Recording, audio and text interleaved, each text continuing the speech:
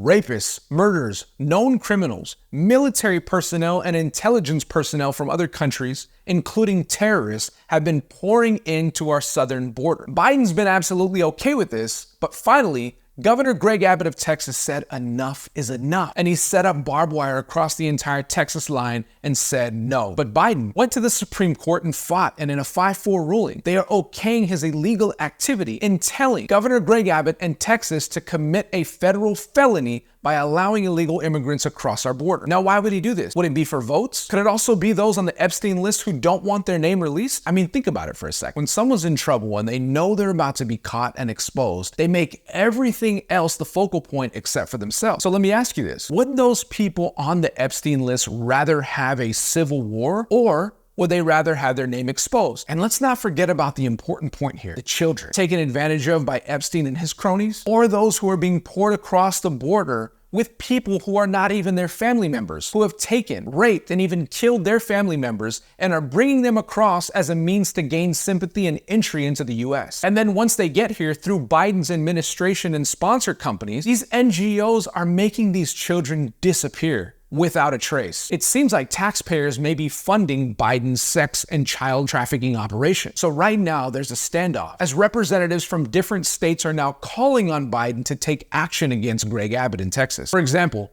Representative Joaquin Castro in Texas is calling on President Biden to take control of the National Guard in Texas if Texas defies the orders to allow these immigrants in. These lawmakers are calling on Biden to enact harsh measures and maybe even civil war against Texas. These lawmakers, in reality, are asking for Biden to incite something to occur so that a fight breaks out. Wouldn't this mean that Biden and those who obey him would be considered insurrectionists? Do they want chaos? Do they want pandemonium?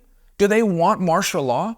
Is this the overall goal? But Texas doesn't stand alone. As of this very moment, 25 other governors across the states have signed a letter agreeing with Greg Abbott in Texas, saying that they will stand with Texas. And just to name a few, we have Alabama, Alaska, Arkansas, Florida, Georgia, Idaho, Indiana, Iowa, Louisiana, Mississippi, Missouri, Montana, and the list goes on. Now, could this be the coalition that decides to step away? Because we are the United States, but we are just that. States which are united by choice. Will we see these states decide to remove themselves from the union and establish a new government? Because the reality of abolishing and instituting new government within the current way and system of doing things is likely not to happen. Whether it be on the Democratic side or the Republican side, we've seen the corruption is far too deep to try to fix at this point in time. The attempt to bribe Kari Lake that we have now on recording, all the multiple other things that we don't know about. The military-industrial complex, the medical-industrial complex, all the various means to fatten their pockets at your expense and my expense. Everything has now come to the verge,